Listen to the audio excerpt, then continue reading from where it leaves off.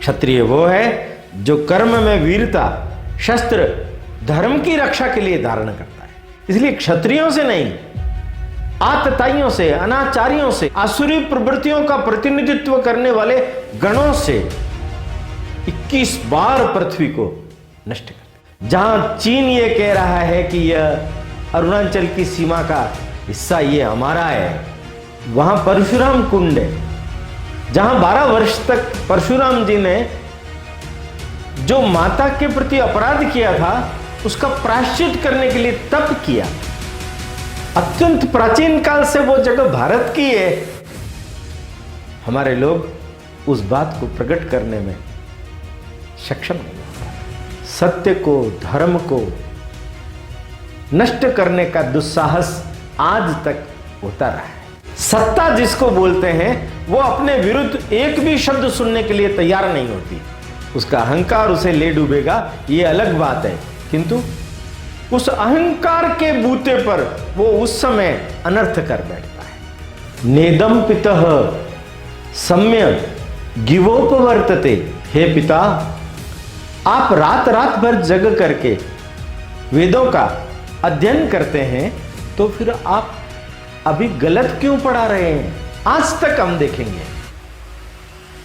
जो श्रेष्ठ, योग्य, क्षमतावान, सामर्थ्यवान लोग होते हैं वो स्वाभिमानी, वो कहोड़ मुनि नहीं है मित्रों। याद रखना मेरी बात, यह वैश्विक प्रतिनिधि है इस प्रकार की दुष्प्रवृत्तियों का। और केवल वो श्राप नहीं दे रहा है, जहां जहां सत्ता है, उसका मद है, उसका अहंकार है, वो हर जगह इस प्रकार शापित प्रयत्न करता है। प्रतिद्वंदी को, प्रतिस्पर्धी को नष्ट करने से आपकी योग्यता नहीं बढ़ेगी। आपकी योग्यता अभ्यास से, साधना से, तपस्या से, धर्माचरण से बढ़ेगी। इसलिए हे मेरे देश के अष्टावक्रों, अपने पुरुषार्थ को, अपनी योग्यता को, अपनी क्षमता को, अपने अभ्यास को जगाओ। अपने कौशल का निनाद करो, अपने ज्ञान का निनाद करो। इस अक्षुण आकाश को गुंजायमान कर दो। धर्म की जय हो, धर्म की जय हो। समुत्कर्ष समिति से जुड़ी सभी जानकारियां प्राप्त करने के लिए हमारे YouTube चैनल समुत्कर्ष समिति को अवश्य सब्सक्राइब करें।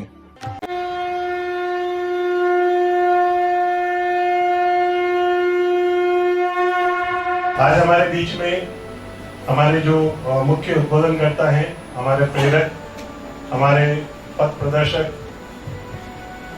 वर्ष 1986 से जो अपना जीवन राष्ट्र निर्माण और राष्ट्र सेवा के लिए समर्पित कर चुके हैं, ऐसे संघ के प्रचारक माननीय ओमजी भाई साहब, आप एक प्रखर लेखक, विचारक हैं।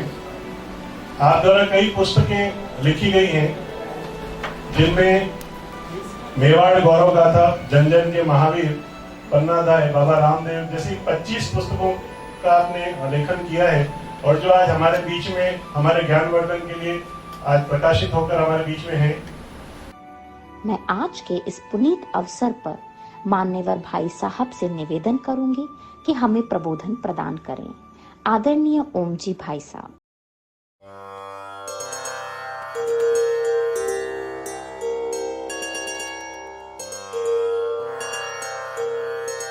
हिंदू भूमे सुरक्षार्थ केशवेन विनिर्मितम् यं संघपोषितं येन गुरुं तं प्रणमाम्यहम्।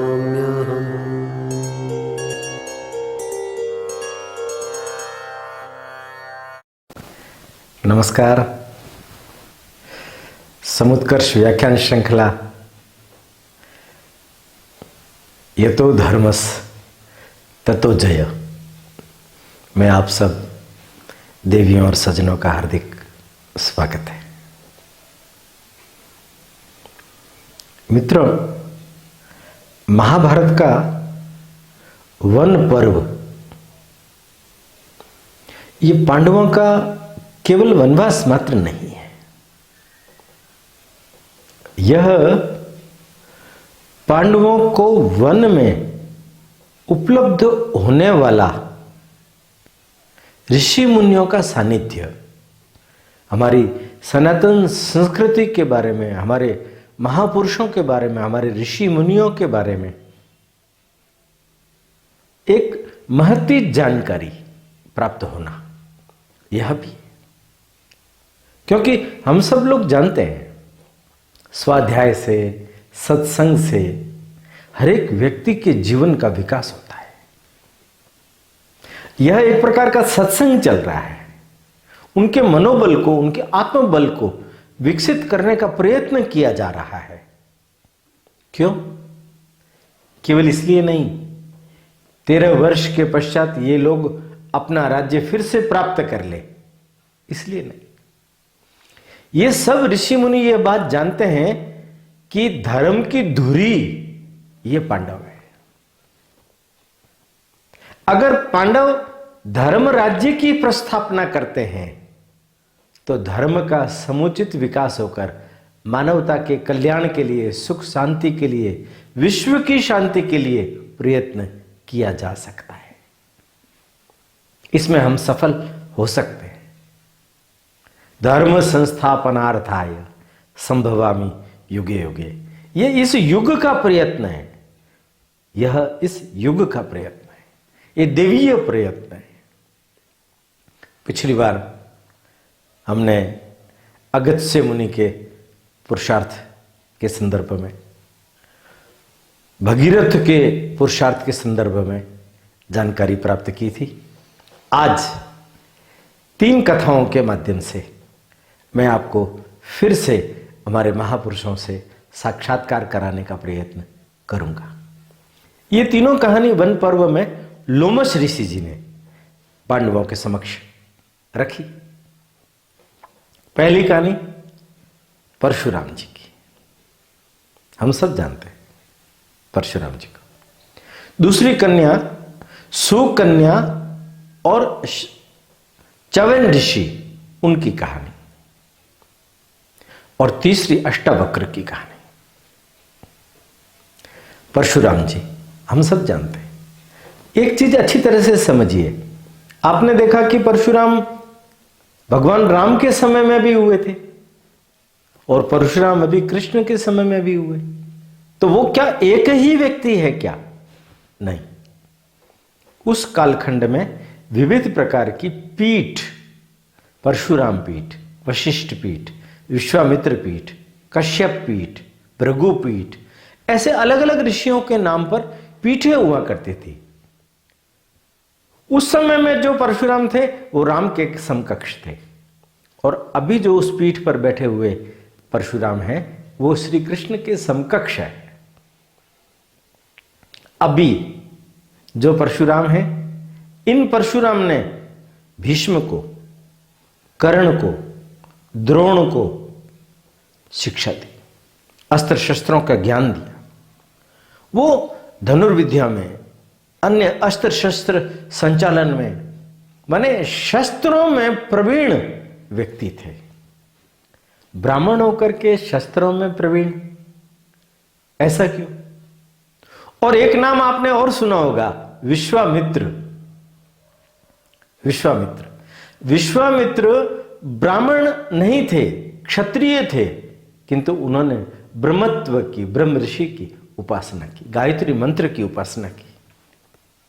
उल्टा ये क्यों हुआ? एक बड़ा आख्यान लोमश ऋषि ने सुनाया। अकृत वर्ण, उस समय के परशुराम जो महेंद्र पर्वत पर रहते थे, उनके निजी सचिव थे। युधिष्ठिर ने से उनसे पूछा कि आप प्रभु परशुराम हमें कब दर्शन देंगे?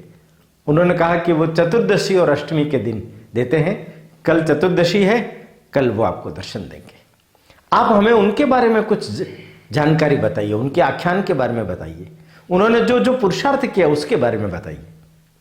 तो उन्होंने बताया, प्राचीन काल में, उसी कालखंड के समय, कन्नौज, कान्य कुब्ज पुराना नाम, वहां के गाधी नाम के एक राजा थे। उस राजा ने ऋषि मुनियों से प्रार्थना की तो उनके एक संतान हुई सत्यवती नाम की। उसका विवाह कहां किया जाए? तो भृगु ऋषि की संतान थी ऋचिक। ऋचिक के साथ में सत्यवती का विवाह कर दिया राजा ने। भृगु ऋषि कहीं बाहर गए हुए थे तो वो लौट करके आए और उन्होंने देखा कि मेरे पुत्र ऋचिक का विवाह सत्यवती के साथ में हो गया। ये तो बहुत ही अच्छा हुआ। दोनों वर वधुओं को आशीर्वाद दिया और कहा कि मांगो, मैं तुम पर प्रसन्न हूं, तुम क्या मांगती हो? सत्यवती ने कहा मेरे कोई भाई नहीं है और मेरे को भी संतान चाहिए। श्रेष्ठ संतान, श्रेष्ठ पुत्र, हम दोनों मां और पुत्री को प्राप्त हो, यह प्रार्थना मैं करती हूं। भृगु ऋषि ने आशीर्वाद दिया और उनको कहा तुम गूलर के पेड़ उसका आलिंगन करना जब ऋतु स्नान कर लो उसके पश्चात, और तुम्हारी मां ऋतु स्नान करने के बाद पीपल के वृक्ष का आलिंगन करे। और मैंने पूरी दुनिया में घूम करके ये 2 चर तुम दोनों के लिए बनाए हैं, इन दोनों को तुम, एक तुम खाना, ये तुम्हारी मां के लिए है, ये उनको देना। ऋतु स्नान के पश्चात उन दोनों ने कर्म किया, किंतु कर्म करते समय में उनकी मां ने थोड़ी होशियारी से उन्होंने सोचा कि ये भृगु ने इनको वरदान दिया है तो हो सकता है इसको मेरे से भी ज्यादा वरदान दिया हो। तो उसने उलट सुलट कर दिया, माने खुद के लिए निर्धारित वृक्ष पर पुत्री को और पुत्री के लिए निर्धारित वृक्ष को खुद को आलिंगन किया और चर भी उल्टे कर दिए। भृगु आए लौट करके वापस, गर्भवतियां हुई, सत्यवती को देखा, अंतर्दृष्टि से ताड़ गए और कहा तुम्हारी मां ने चालाकी कर दी और उसने जो मैंने विधान बताया था उसका उल्टा कर दिया। तुम्हारे श्रेष्ठ ब्राह्मण पैदा होना था और उसके श्रेष्ठ क्षत्रिय पैदा होना था, पर उल्टा करने के कारण अब तुम्हारे ब्राह्मण तो पैदा होगा पर वो क्षत्रियत्व से विभूषित होगा, और तुम्हारी मां के क्षत्रिय तो पैदा होगा पर वो ब्राह्मणत्व की पराकाष्ठा लिए हुए होगा। सत्यवती ने कहा कि हे पिता, मैं क्षमा चाहती हूं मेरी मां की ओर से, किंतु मैं अभी ऐसा पुत्र नहीं चाहती, आप भले ही मेरा पुत्र वैसा कर दीजिए। भृगु ने कहा हे मस्त, वो जो सत्यवती की मां थी गादी, उनके जो पुत्र हुआ वो विश्वामित्र, वो ब्राह्मण होकर के भी, एक क्षत्रिय होकर के भी ब्राह्मणत्व की पराकाष्ठा का स्वप्न लेकर के चल पड़ा और साधना में सब दिग्गजों को पीछे छोड़ दिया। उनकी भी अपनी एक बड़ी कहानी है। प्रचंड पुरुषार्थ किसको कहते हैं, जीवन में तप तपस्या किसको कहते हैं, अगर आप जानना चाहते हो, समझना चाहते हो, विश्वामित्र अवश्य पढ़िए। कभी मौका लगेगा तो इस माध्यम से भी आपके समक्ष वो कहानी प्रस्तुत की जाएगी। इधर ऋचिक के पुत्र हुआ जमदग्नि, बड़ा ही होनहार, श्रेष्ठ, ऋचाओं का ज्ञाता। उनका विवाह हुआ प्रसेनजित राजा की लड़की रेणुका से। पति पत्नी साधनारत रहे, 5 संतानें हुई जमदग्नि के। रुक्मीवान, सुषैण, वसु, विश्वावसु और 5वां राम। यही हमारे नायक हैं परशुराम। एक बार ऐसा कहते हैं, महाभारतकार ने लिखा है कि रेणुका जल स्नान के लिए नदी की ओर गई थी, तो वहां गंधर्व चित्ररथ जल क्रीड़ा कर रहे थे। उसके रूप को, उसके धन को, उसके व्यक्तित्व को देखकर राजकन्या रेणुका दिग्भ्रमित हो गई। उसके मन में पाप का अंश जन्म ले चुका। वो विचलित होकर के वहां से लौट करके आई। जब घर पर आई, जमदग्नि ने उसको देखा। देखते ही वो ताड़ गए, उनको क्रोध आ गया। पुत्रों के आने पर उन्होंने अपने पुत्रों को कहा, अपनी मां की गर्दन काट दो। चारों पुत्र इनकार कर दिया।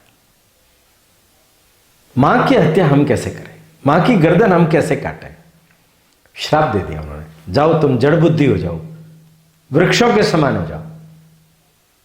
पांचवा पुत्र राम जब आया तो जमदग्नि ने कहा कि ये जो तुम्हारी मां है, इसकी गर्दन काट दो।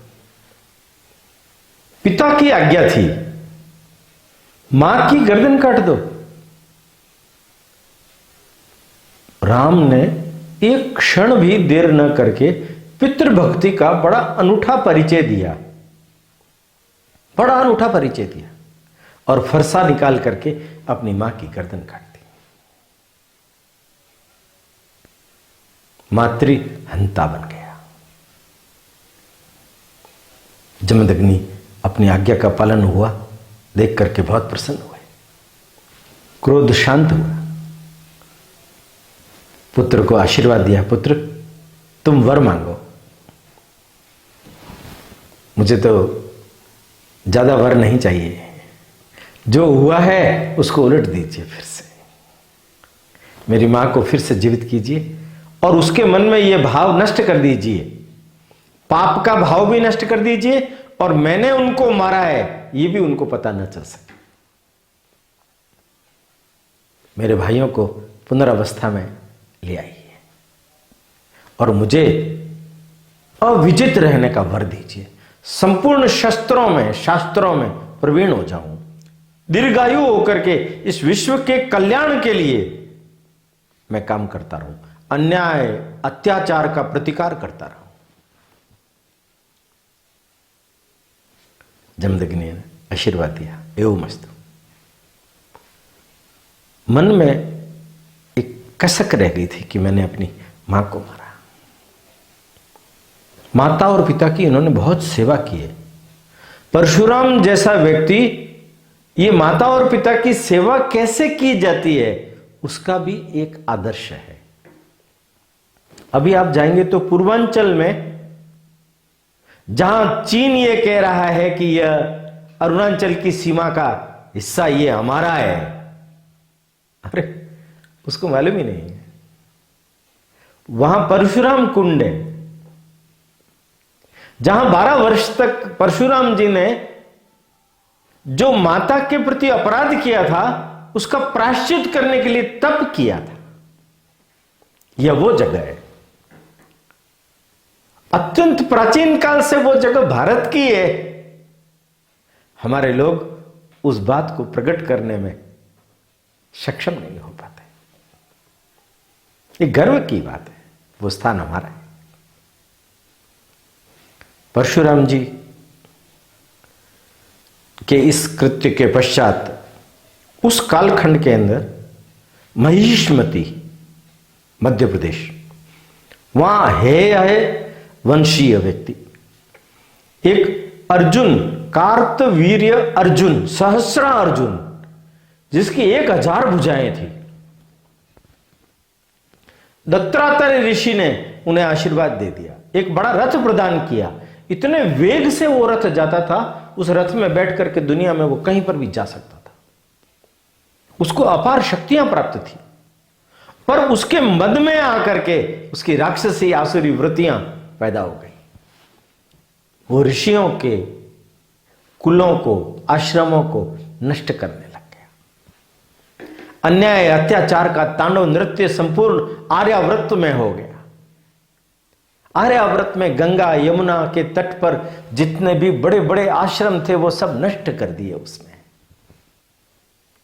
एक दिन जमदग्नि मुनि के आश्रम में आया और वहां भी उसने बदतमीजी की। होम धेनु का बछड़ा उसको हर करके ले गया। उस समय परशुराम जी नहीं थे आश्रम में। लौट करके आए तो जमदग्नि ने कहा कि ऐसा ऐसा हुआ। कार्तवीर्य अर्जुन आया था, वो हठपूर्वक हरण करके ले गया बछड़े का, पूरे आश्रम को नष्ट कर दिया। क्रोध से उन्मत्त होकर के परशुराम ने अपना परशा उठाया और महिष्मती जाकर अकेले ने ही उनको चुनौती दी। दोनों के बीच में भीषण युद्ध हुआ। उन्होंने तीर के द्वारा उसकी 1000 भुजाओं को काट डाला और फरसे के द्वारा अर्जुन का सिर काट दिया। जब अर्जुन के पुत्रों को यह सब मालूम पड़ा तो उन्होंने प्रत्याक्रमण किया आश्रम पर। आश्रम में जमदग्नि रेणुका थे, उन सबको मार दिया, आश्रम निवासियों को मार दिया। पिता राम राम राम कहते कहते स्वर्गवासी हो गए। राम वापस आया, देखा दृश्य, हृदय दग्ध हो गया और उसने फिर से संकल्प किया, इन आतताइयों से संपूर्ण पृथ्वी को मैं मुक्त कर दूंगा। परशुराम ने कहते हैं 21 बार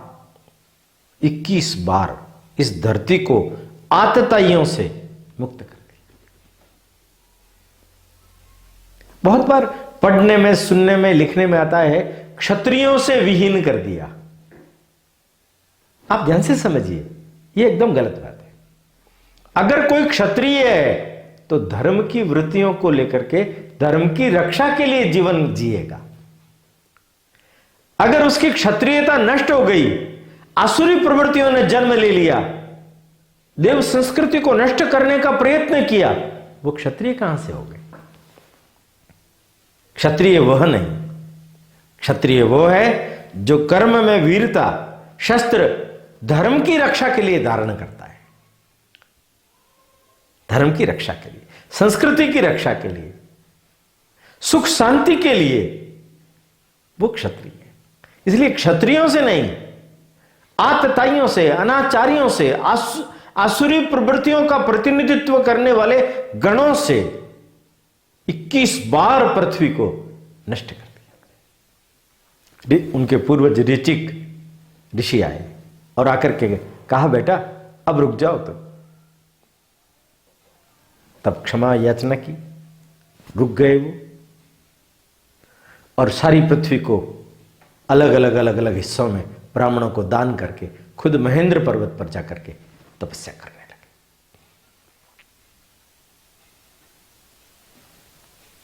परशुराम का अर्थ ही यही है।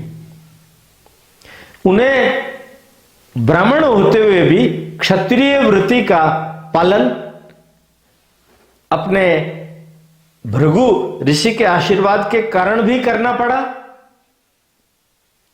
किंतु हरेक कालखंड के अंदर जब कभी भी अन्याय अत्याचार दिखाई दे तो उसके विरुद्ध हथियार उठाने का काम केवल क्षत्रियों का नहीं है, हरेक व्यक्ति का है। अब इजराइल को देखिए ना, हरेक व्यक्ति कृषि भी करता है, हरेक व्यक्ति सेना में भी शामिल होता है। हर देशभक्त को देश की आवश्यकता के अनुसार अपने नए गुण धर्मों का विकास करना चाहिए। ये जातीय प्रथा क्षत्रिय, ब्राह्मण, वैश्य, शूद्र, ये गुण कर्म के अनुसार है, ये गुणों से विभूषित होती है।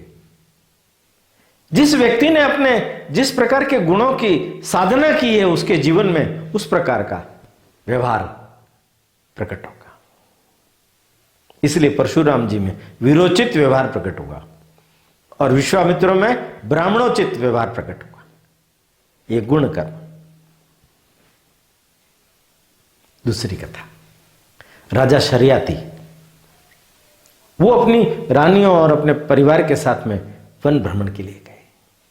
उस वन में भृगु ऋषि के एक पुत्र च्यवन वो साधना कर रहे थे। एक लंबे समय तक साधना करने के कारण उनके ऊपर लताएं, अन्य चीजें, यहां तक चींटियों की बाम्बी वो भी बन गई, ढक गया शरीर उनका। शरियाती राजा की कन्या सुकन्या बहुत सुंदर थी, वो उधर से निकल रही थी, पर उसने जब ये टीले जैसा देखा और उसके बीच में दो टिमटिमाते हुए जुगनू जैसी कुछ चीजें देखी तो कुतूहल जगा। वो गई वहां पास में, जाकर के देखने लगी। पास में से कांटा तोड़ करके उसमें उसको चुभोया। वो च्यवन ऋषि की आंखें थी, रक्तधार बह पड़ी। मुनि साधना भंग हुई, क्रोधित हुए। वो अपनी सेना सहित आए थे, सब लोगों के मल और मूत्र को बंद कर दिया, स्तंभित कर दिया। राजा घबराए, पता किया तो मालूम पड़ा कि ऋषि जाकर के क्षमा याचना की। सुकन्या ने बताया ये गलती मुझसे हुई है, मैं इस पाप का भागीदारी हूं, मुझे क्षमा करो। क्षमा मुझसे नहीं, तुम्हें ऋषि से मांगनी पड़ेगी। ऋषि से क्षमा मांगी। ऋषि अंधे हो गए, अब कुछ कर नहीं सकते। सुकन्या ने, जो राजकन्या थी, अपनी गलती का प्रायश्चित किया और उसने निर्णय किया मैं च्यवन ऋषि की सेवा करूंगी, मैं उनकी आंखें बंद करके अपने साथ रहूंगी। हे पिता, मेरा विवाह आप च्यवन ऋषि के साथ में कर दीजिए। सुकन्या का विवाह च्यवन ऋषि के साथ में। सुकन्या पतिव्रता थी, एक निष्ठ होकर, पूर्ण मग्न होकर अपने उस वृद्ध पति की सेवा करती रही। एक अनुपम आदर्श रचा। यह देखकर अश्विनी कुमार, देवताओं के वैद्य, वो आए और आकर के कहा तुम कौन हो सुंदरी? तो कहा कि मैं शरियाती राजा की पुत्री सुकन्या हूं और च्यवन ऋषि की भार्या हूं। वो तो तुम्हारे पति तो वृद्ध हैं। उनका जी। तो उनका ये जो वार्धक्य है, आयु है, इसको हम नष्ट करके पुनः उन्हें जवान बना सकते हैं। कैसे? उनका लेके आओ तुम उन्हें। वो लेकर के आई और कहा कि ये कुंड है, इसमें हम स्नान करेंगे तीनों, ये ठीक हो जाएंगे। कुंड में स्नान किया, उनकी वृद्धता नष्ट हो गई। 3 युवक उसमें से बाहर निकले और तीनों ने कहा हे सुंदरी, तुम हम तीनों में से किसी एक का वर्ण कर। सुकन्या ने हाथ जोड़े, हे देव, मुझे क्षमा करो, मुझे ऐसी शक्ति दो मैं अपने पति को पहचान पाऊं।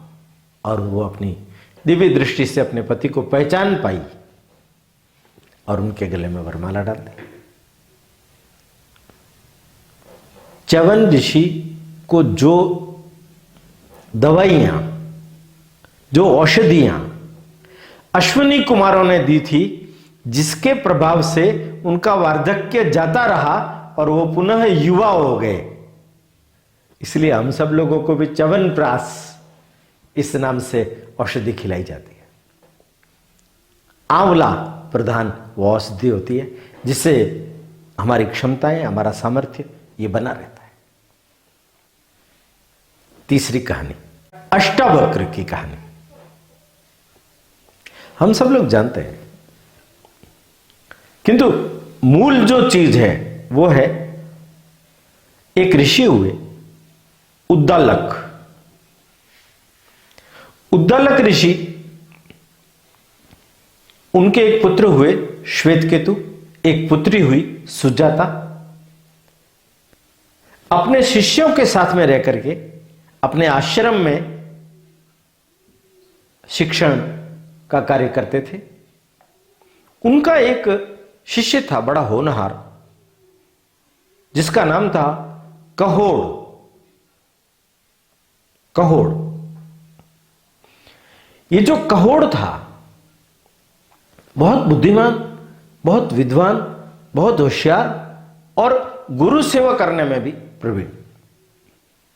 इसकी इन सब गुणों को देखकर उद्दालक ऋषि ने अपनी पुत्री सुजाता, उसका विवाह कहोड़ मुनि के साथ कर दिया।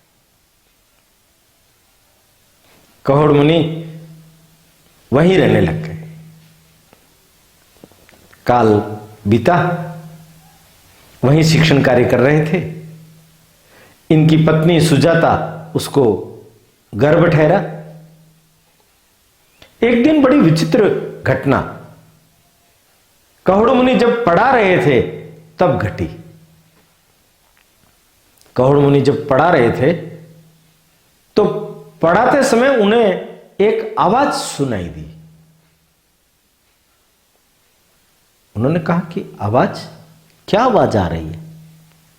उनके कानों में आवाज पड़ी, नेदम पितः सम्य गिवोपवर्तते।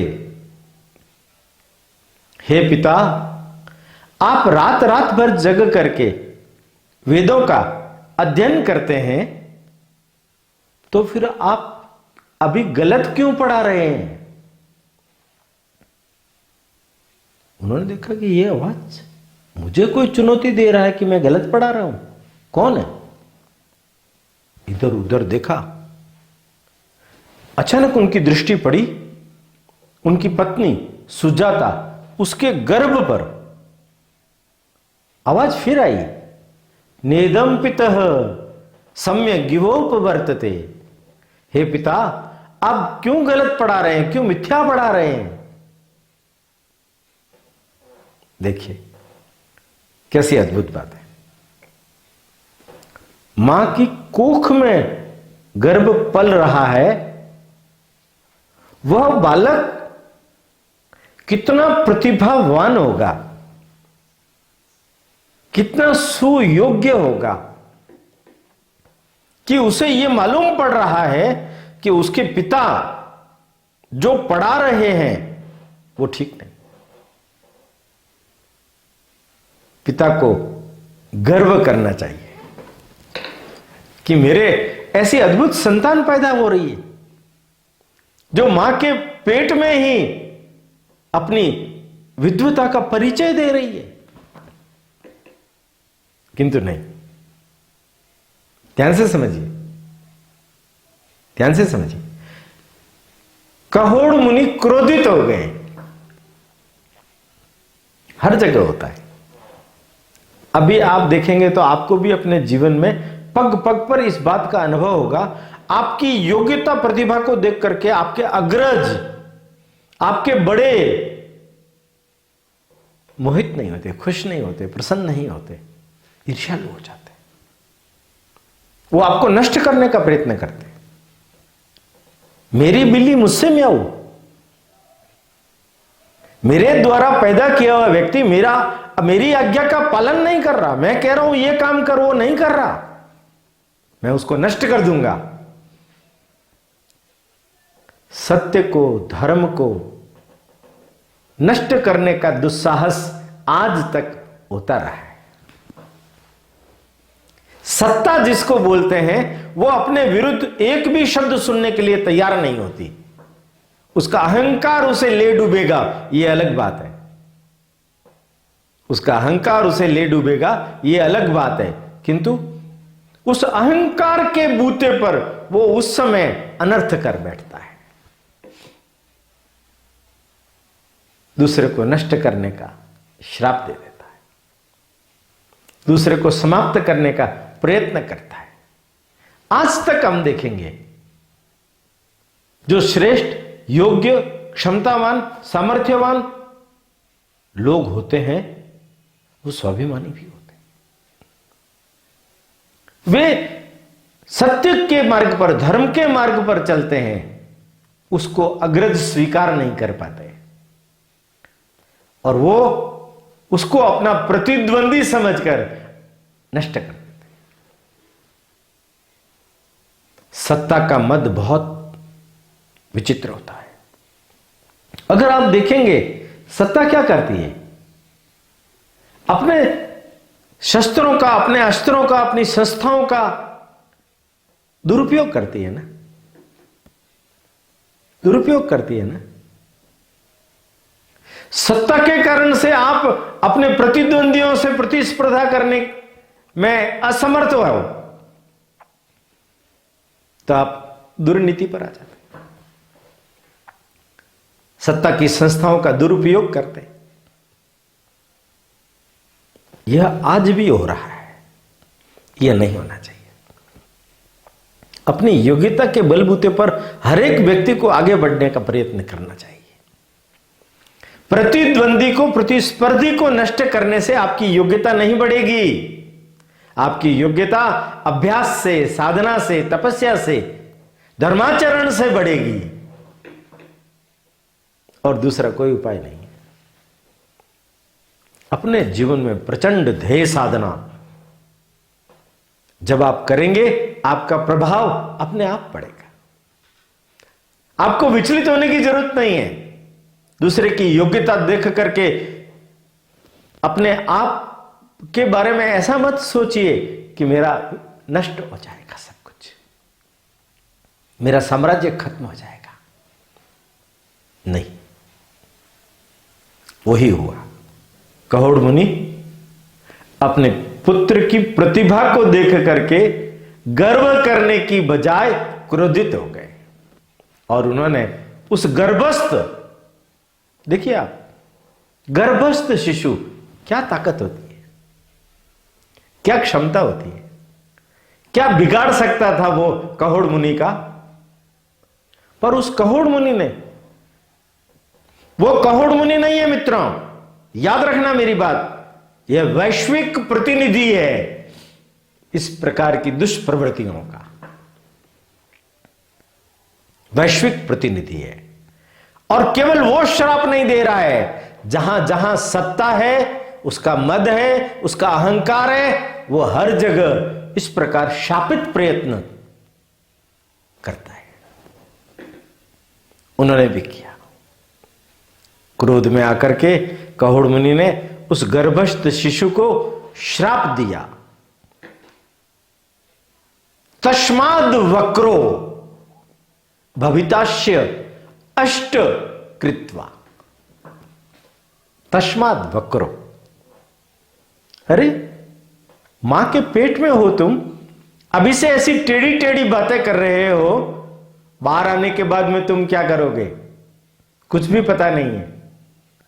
इसलिए जा, तू मां के गर्भ से टेढ़ा मेढ़ा होकर के, 8 जगत से टेढ़ा होकर के, भवितास्य अष्ट कृत्वा, 8 जगह से टेढ़े मेढ़े होकर के पैदा हो।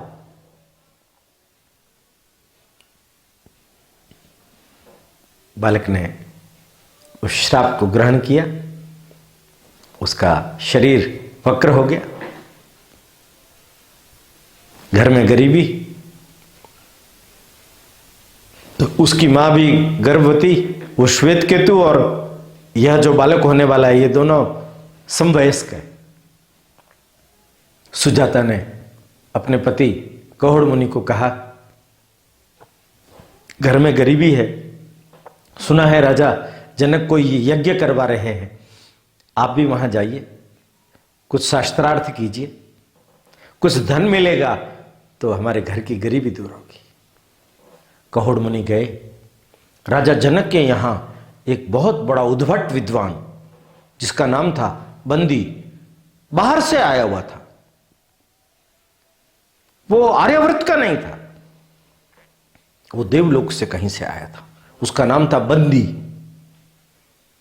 वो ब्राह्मणों से शास्त्रार्थ करता था, विद्वानों से शास्त्रार्थ करता था। उसकी एक ही शर्त थी, जो मुझे परास्त कर देगा मैं उसके कहे अनुसार चलूंगा, किंतु मैं जिसे परास्त कर लूंगा उसको जल समाधि लेनी पड़ेगी। वो उन्हें डुबो देता। जनक के दरबार में नित्य प्रतिदिन यह कर्म हो रहा था और ना मालूम कितने ही विद्वान काल की भेंट चढ़ गए, जल समाधि लेकर के मृत्यु को प्राप्त हो गए। कल अंतर में कहोड़ मुनि भी जब गए, वो भी बंदी से परास्त हुए, उन्हें भी जल समाधि लेनी पड़ी। उद्दालक ऋषि को ये मालूम पड़ा, बच्चा पैदा हो गया था टेढ़ा मेढ़ा, श्वेत केतु भी पैदा हो गया था। अब ये टेढ़ा मेढ़ा बालक जब पैदा हुआ तो सुजाता को कहा उद्दालक ने कि बेटी ध्यान रखना, इसके पिता ने ये जो कहा है इसको, उसके श्राप से इसकी ये दुर्गति हुई है, और पिता कहां गए हैं, उनकी क्या दुर्गति हुई है, यह इसको बताने की जरूरत नहीं। तुम ऐसे पिता पूछे तो मेरा ही नाम बताना। उनके आश्रम में ही रहते थे। वो उद्दालक ऋषि को ही अपना पिता मानता था। बड़ा हो गया, 7-8 वर्ष का हो गया। एक दिन उद्दालक ऋषि की गोद में बैठा हुआ था, उधर से श्वेत केतु आया, वो भी बालक ही था। उसने तुरंत इसका हाथ पकड़ा और उतार दिया गोदी से, नीचे उतर, ये मेरे पिता की गोदी है, तुम कैसे बैठे हो। हाथ पर बरा क्या, अपनी मां के पास गया, मां अगर ये मेरे पिता नहीं है तो फिर मेरे पिता कौन है। मां ने टालने की बहुत कोशिश की, जिद ठान ली, बताओ मुझे कौन है मेरा पिता। मां को वो पूरी कथा सुनानी पड़ी, क्या हुआ था। सुना उन्होंने पूरी कथा को। उनका कोई बात नहीं, किंतु मेरे पिता को जल समाधि लेनी पड़ी, मैं जाऊंगा, मैं जाऊंगा, और उस बंदी को शास्त्रार्थ की चुनौती मैं दूंगा। अष्टावक्र पहुंच गए, श्वेत केतु को साथ लिया, दोनों समवयस्क थे, दोनों बालक। द्वारपाल को जाकर के कहने लगे, जाकर के कह दो जनक को अष्टावक्र आए हैं और वो बंदी से शास्त्रार्थ करना चाहते हैं। द्वारपाल हंसने लगा, बालकों जैसे मजाक मत करो, ये क्रीड़ा करने का स्थान नहीं है, जाओ खेलो। उनका तुम जाकर के मेरी बात तो पहुंचाओ राजा जनक को। द्वारपाल ने कहा कि तुम रुको, मैं बात पहुंचाता हूं। जनक के पास में जब ये बात पहुंची कि 2 बालक आए हैं छोटे और वो बंदी से शास्त्रार्थ करना चाहते हैं, तो कुतूहल हुआ, बुलाओ उनको। जनक की सभा में जब अष्टावक्र ने प्रवेश किया तो 8 जगहों से टेढ़े मेढ़े बालक को चलते हुए देख करके सभासदों को हंसी आ गई।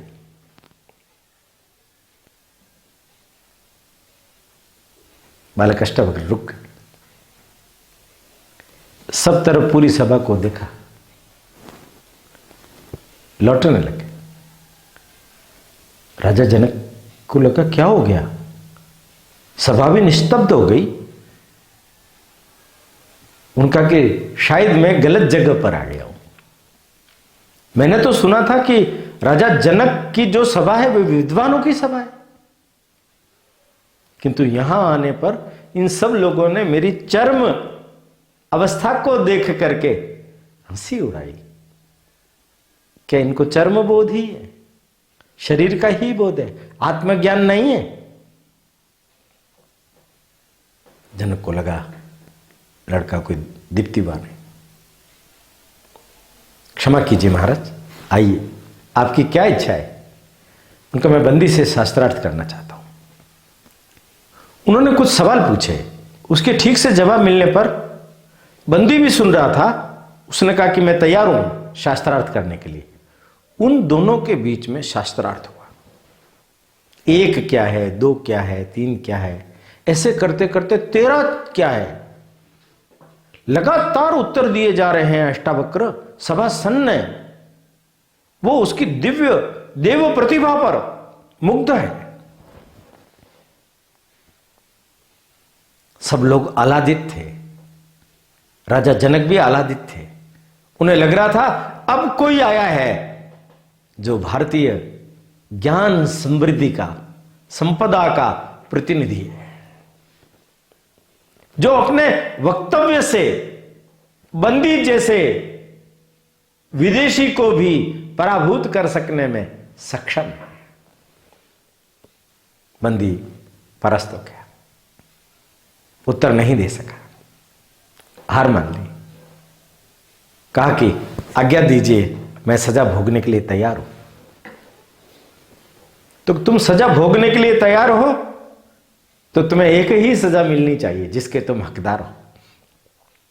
आज तक तुमने जितने लोगों को जल समाधि दी है उन सब की मृत्यु का एक ही बदला है कि तुम्हें भी जल समाधि दी जाए। किंतु नहीं, मैं इस प्रकार का व्यक्ति नहीं हूं जो तुम्हें दंडित करे। तुम्हारा दंड यही है, मैं तुम्हें क्षमा करता हूं, जाओ।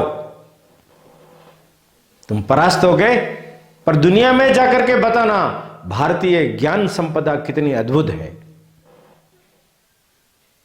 बंदी ने प्रणाम किया, तुम्हारी विद्वता को मेरा नमन है, किंतु मैं महाराज छोटा सा निवेदन यही कर रहा हूं, मैं वरुण पुत्र हूं। मेरे पिता एक 12 वर्षीय यज्ञ कर रहे हैं, उनके यज्ञ में ब्राह्मण चाहिए थे, उसके लिए मैंने ये योजना की थी। उनमें से एक भी कोई भी व्यक्ति मृत्यु को प्राप्त नहीं हुआ है, सब जीवित है, यज्ञ पूर्ण हो गया है और अभी स्वर्ग लोक से सब नीचे आने वाले हैं।